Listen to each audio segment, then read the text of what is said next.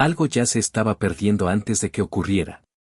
No era visible, no hacía ruido, pero se sentía en el aire, como cuando el atardecer cae demasiado rápido y nadie quiere ser el primero en decir que la luz se va. Así comenzó esta historia, con una ausencia anticipada, con un amor que aprendió a esconderse incluso antes de aprender a existir. El amor prohibido nunca nace gritando. Nace en voz baja, en un gesto que se detiene a la mitad, en una mirada que dura un segundo más de lo permitido. En lugares donde la tradición tiene peso y la memoria colectiva decide lo que es correcto, amar puede convertirse en un acto silencioso de resistencia. No porque el amor quiera desafiar, sino porque simplemente ocurre, aun cuando no debería. Así era ese amor, no buscaba romper reglas, solo existir en los márgenes, en los espacios donde nadie miraba demasiado. Desde el principio estuvo rodeado de límites invisibles. No había una ley escrita que lo negara, pero todos sabían que no era posible. Los apellidos cargaban historias antiguas, promesas hechas antes de que ellos nacieran. La familia no era solo sangre, era deber, era continuidad, era una herencia que no se cuestiona. En muchos pueblos de México, el pasado no se recuerda con exactitud, pero se obedece con fidelidad. Ellos crecieron entendiendo eso, aprendiendo cuándo bajar la mirada, cuándo callar, cuándo aceptar que no todo deseo merece ser nombrado. Y aún así, el amor apareció. No como una elección, sino como una coincidencia inevitable. Al principio fue fácil fingir que no significaba nada. Un saludo más largo, una conversación que se extendía sin razón, una risa que no se compartía con otros. Nadie habló de sentimientos porque hacerlo habría sido darle forma a algo que debía permanecer indefinido. Mientras no tuviera nombre, parecía menos peligroso. Mientras no se dijera en voz alta, parecía menos real. La lealtad fue el primer muro. No una lealtad heroica, sino cotidiana. La lealtad a la familia, a los padres que habían sacrificado tanto, a las expectativas que no se anunciaban pero se sentían en cada comida, en cada reunión. Amar al otro significaba, de alguna manera, traicionar a los propios. Y esa traición no necesitaba hacerse pública para doler. Bastaba con imaginarla. Bastaba con pensar en la decepción silenciosa, en las miradas que no reprochan pero pesan. Por eso el amor se volvió cuidadoso. No exigía, no reclamaba. Se conformaba con momentos breves, con encuentros que parecían casuales. Aprendieron a hablar sin palabras, a entenderse con pausas. Cada gesto estaba medido, no por falta de pasión, sino por exceso de conciencia. Sabían que cualquier paso en falso tendría consecuencias que no podrían controlar. En ese equilibrio frágil, el amor no crecía hacia afuera, crecía hacia adentro, acumulándose, volviéndose más intenso precisamente porque no podía mostrarse. El orgullo también jugó su papel. No el orgullo altivo, sino el orgullo heredado, ese que enseña a no pedir lo que no corresponde. Él había aprendido que hay batallas que no se luchan, no porque no se puedan ganar, sino porque el costo sería demasiado alto. Ella había aprendido a sostener la dignidad incluso cuando el corazón pedía otra cosa. Ninguno quería ser la causa de una fractura familiar, de un rumor que corriera de boca en boca, de una vergüenza compartida. El silencio se convirtió en el idioma principal. No un silencio vacío, sino lleno de significado. En él cabían todas las palabras que no se decían, todas las decisiones postergadas. El silencio protegía, pero también aislaba. Los hacía sentir a salvo y, al mismo tiempo, profundamente solos. Nadie más sabía lo que realmente ocurría entre ellos, y esa intimidad era hermosa y cruel a la vez. Hermosa porque era solo suya. Cruel porque no podía ser compartida ni defendida. Con el tiempo, el mundo alrededor comenzó a cerrarse. No porque alguien los hubiera descubierto, sino porque las reglas no necesitan vigilancia constante para cumplirse. La presión social no siempre se manifiesta con acusaciones, a veces basta con una expectativa implícita, con el recordatorio constante de cómo deben ser las cosas. El amor, entonces, empezó a sentirse como un error que debía corregirse, no por maldad, sino por costumbre. La prohibición no vino en forma de castigo inmediato. Vino como advertencia sutil, como consejo bien intencionado, como preocupación disfrazada de cariño. Palabras como no te conviene o piénsalo bien flotaban en el aire. Nadie decía su nombre, pero todos sabían de qué se hablaba. Y esa ambigüedad hacía todo más difícil, porque no había un enemigo claro contra el cual rebelarse. Solo había un sistema entero funcionando como siempre. Amarse, en ese contexto, se volvió un acto de paciencia. No podían proyectar un futuro juntos sin sentir culpa. Cada intento de imaginarlo terminaba chocando con la realidad de lo imposible. Así que vivían en el presente, en fragmentos de tiempo robados. El amor no se expresaba con promesas, sino con constancia. Estar ahí, volver, no desaparecer del todo. Eso era lo máximo a lo que podían aspirar. Pero incluso el amor más paciente se desgasta cuando siempre tiene que esconderse. La imposibilidad constante va dejando marcas. No eran discusiones ruidosas, sino cansancios silenciosos. Momentos en los que alguno pensaba, sin decirlo, que quizá amar así no era suficiente. Que quizá el amor, para sobrevivir, necesita espacio, necesita aire. Y aún así, ninguno se atrevía a ser quien soltara primero. Porque soltar también parecía una forma de traición. La prohibición no destruyó el amor de inmediato. Lo fue moldeando hasta hacerlo frágil. Lo convirtió en algo que dependía demasiado de la voluntad, del aguante, del sacrificio constante. Y cuando el amor tiene que sostenerse solo con eso, empieza a confundirse con el deber, con la resignación. Lo que al inicio era un refugio se volvió una carga silenciosa. En ese punto, el destino ya estaba caminando entre ellos, aunque ninguno pudiera verlo. No como una fuerza dramática, sino como una suma de decisiones pequeñas, de silencios acumulados, de lealtades no cuestionadas. El amor prohibido no murió por falta de sentimiento, sino por exceso de todo lo que lo rodeaba. Y cuando finalmente se quebró, no hizo ruido, porque había aprendido desde el inicio a existir sin ser escuchado. La tragedia no llegó como un golpe repentino, sino como una sombra que se fue alargando con el paso de los días. Nadie señaló el momento exacto en que todo empezó a romperse, porque no hubo un antes claro y un después definido. Lo que ocurrió, el entorno también empezó a hablar a través de la ausencia. Las calles se sentían más largas. Los lugares compartidos comenzaron a perder sentido. Aquella banca, aquel camino, aquel espacio que había sido refugio se volvió incómodo, casi ajeno. No porque hubiera cambiado, sino porque ya no cumplía la misma función. El amor había dejado de habitarlo por completo, y eso lo transformaba todo. La gente alrededor percibió algo, aunque no supiera qué. Las conversaciones se acortaron. Las miradas se desviaron con más rapidez. Nadie preguntó directamente, porque en ese tipo de comunidades se aprende a respetar lo que no se dice. La tragedia se reflejaba en esa cautela colectiva, en la forma en que todos parecían saber que algo delicado estaba ocurriendo sin necesitar detalles. Ella empezó a experimentar una sensación. No hubo cierre claro, ni justicia emocional. Solo una aceptación progresiva de que algunas historias no concluyen, simplemente se detienen. La tragedia no pidió ser comprendida, solo reconocida. Se manifestó en la forma en que la vida continuó, ligeramente desviada, como un camino que ya no lleva al mismo lugar. Todo lo que quedó fue la evidencia de lo que faltaba, y en esa falta, la historia encontró su voz sin necesidad de explicarse jamás. En esa historia, la cultura no se impone como un escenario rígido ni como una lección explícita. Está ahí de manera discreta, como el polvo que se levanta al caminar o como el sonido lejano de una radio encendida en otra casa. No se menciona, pero se siente. Es la forma en que las personas se mueven, en cómo se hablan, en lo que deciden callar.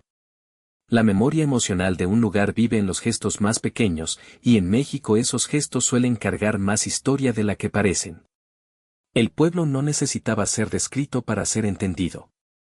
Bastaba con la manera en que todos sabían quién era quién, con la naturalidad con la que las historias pasaban de una generación a otra sin cambiar demasiado. Allí, el tiempo no avanzaba con prisa. El pasado y el presente convivían en las mismas calles, y eso hacía que cada decisión tuviera un eco más largo. Las personas crecían sabiendo que no estaban solas en sus elecciones, que cada paso individual tenía una resonancia colectiva. La contención emocional era una forma de respeto. No se lloraba en público con facilidad, no se hablaba de lo que dolía mientras aún dolía. Había una dignidad silenciosa en sostener el sufrimiento sin exhibirlo. No porque se negara el dolor, sino porque se le daba un espacio íntimo. En muchas familias mexicanas, las emociones se expresan más con acciones que con palabras, y ese modo de sentir atravesaba toda la historia. Los personajes aprendieron desde jóvenes a observar antes de hablar. A medir el impacto de una frase. A entender que no todo lo verdadero necesita ser dicho. Esa prudencia no era frialdad, era una herencia. Venía de generaciones que habían aprendido a sobrevivir adaptándose, guardando para sí lo que podía causar conflicto. El silencio no siempre era miedo.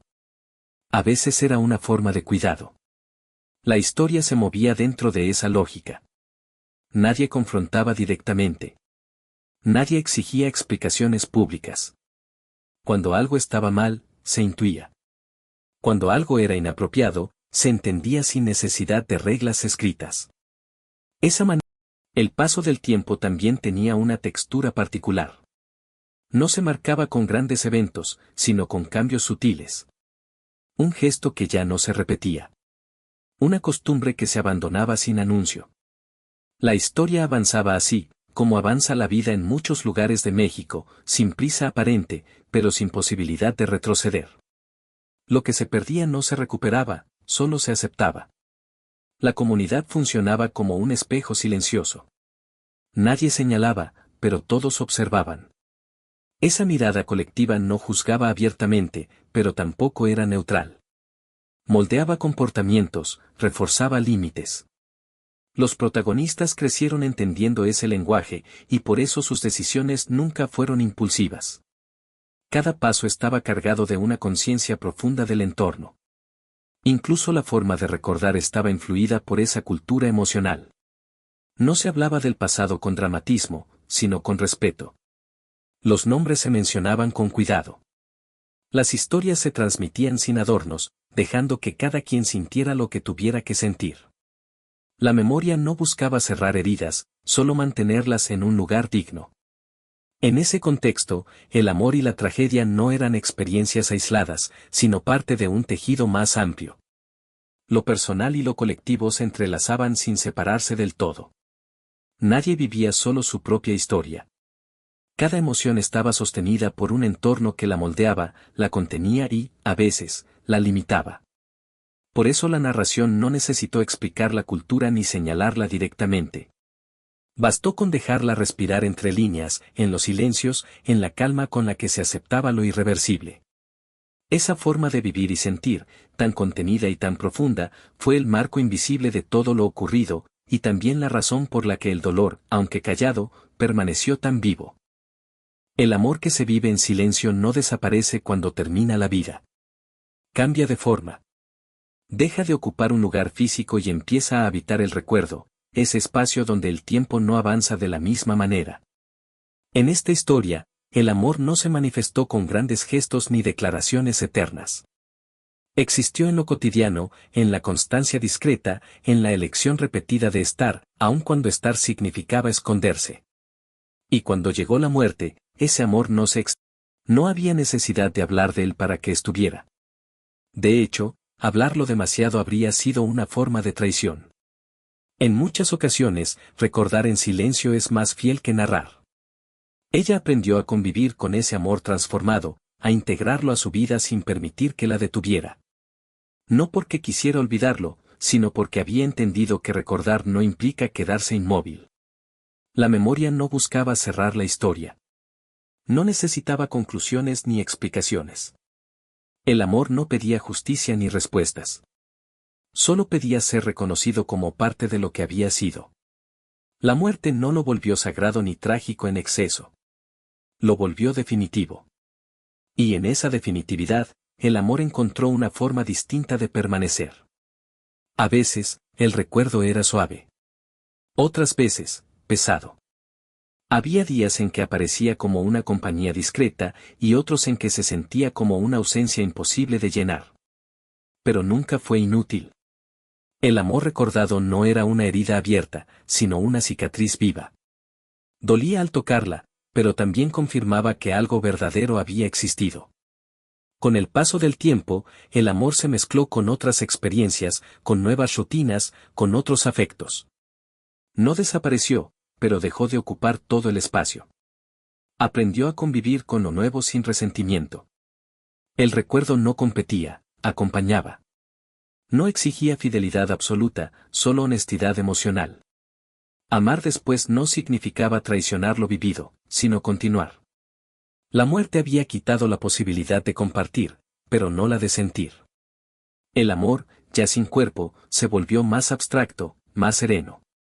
Ya no estaba ligado a la expectativa ni al miedo. Se había liberado de la necesidad de esconderse. En la memoria, podía existir sin prohibiciones, sin límites impuestos por el mundo exterior. Paradójicamente, fue en el recuerdo donde el amor encontró su forma más libre. No se trataba de idealizarlo, sino de aceptarlo tal como fue. Con sus restricciones, con su silencio, con su imposibilidad. La memoria no lo corregía. Lo conservaba intacto. Y en esa fidelidad al pasado, el amor seguía teniendo peso. No como una carga, sino como una presencia silenciosa que acompañaba cada paso.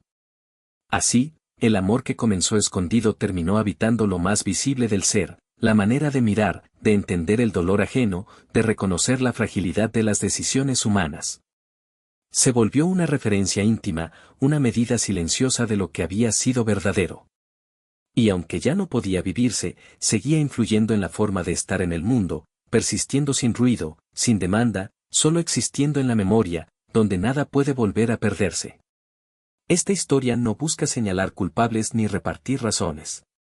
No se inclina hacia el juicio ni hacia la enseñanza. Permanece en un lugar más humilde y más difícil, el de mirar sin intervenir, el de estar presente sin corregir. Dar testimonio no es explicar, es acompañar. Es aceptar que algunas vidas no pueden ordenarse en causas y efectos claros, que algunas decisiones nacen de contextos tan densos que juzgarlas sería simplificarlas. La narración se sostiene en ese respeto profundo por lo que ocurrió, sin adornarlo, sin suavizarlo, sin convertirlo en ejemplo. Los personajes no son símbolos ni advertencias. Son personas atravesadas por su tiempo, por sus vínculos, por límites que no eligieron del todo pero que tampoco pudieron ignorar. La historia los observa con cuidado, entendiendo que cada uno actuó desde el lugar que conocía. No hay condena en esa mirada, tampoco absolución. Solo reconocimiento.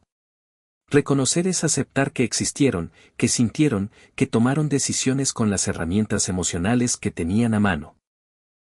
El dolor no se utiliza como recurso narrativo para conmover de manera fácil. No se exagera ni se expone. Se deja estar.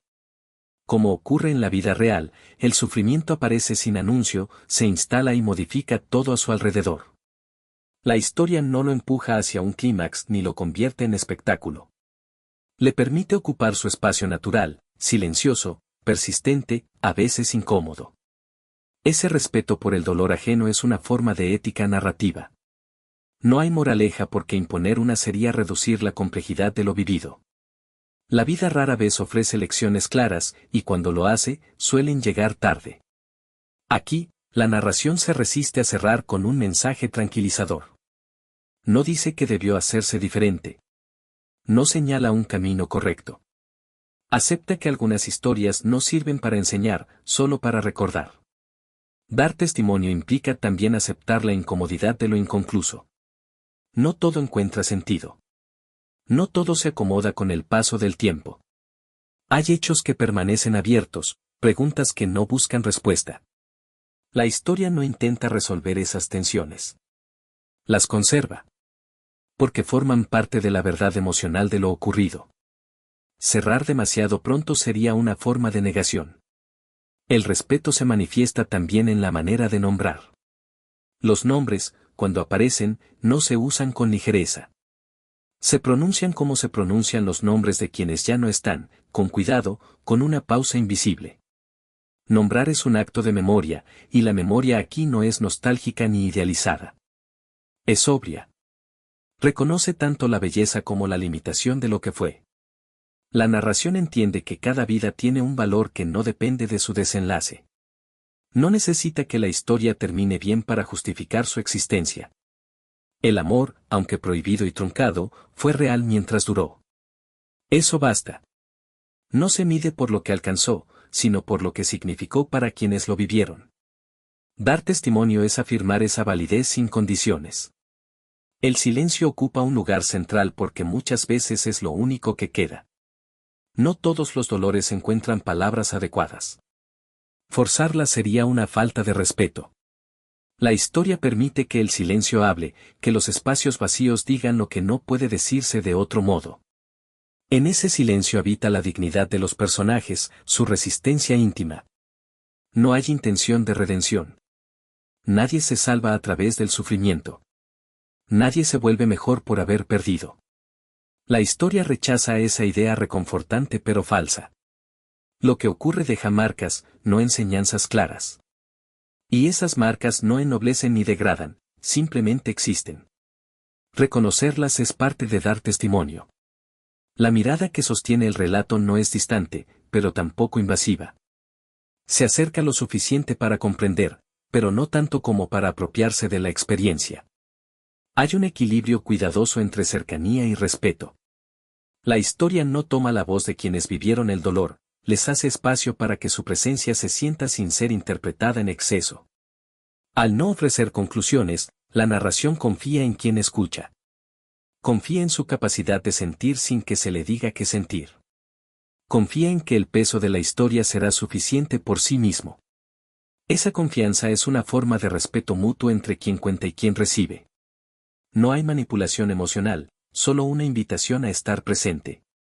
Dar testimonio también es aceptar la permanencia de lo irreparable. No todo puede transformarse en algo útil o bello. Algunas pérdidas permanecen como pérdidas.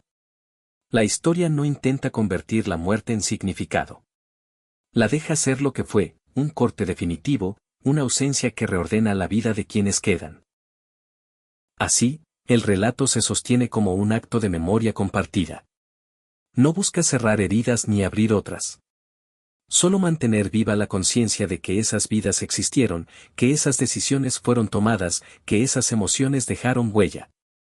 Y en ese acto sencillo y profundo, la historia cumple su propósito más humano, no enseñar, no juzgar, no consolar del todo, sino recordar con honestidad, sosteniendo lo que fue sin intentar cambiarlo, permitiendo que permanezca tal como es, incompleto, silencioso, verdadero.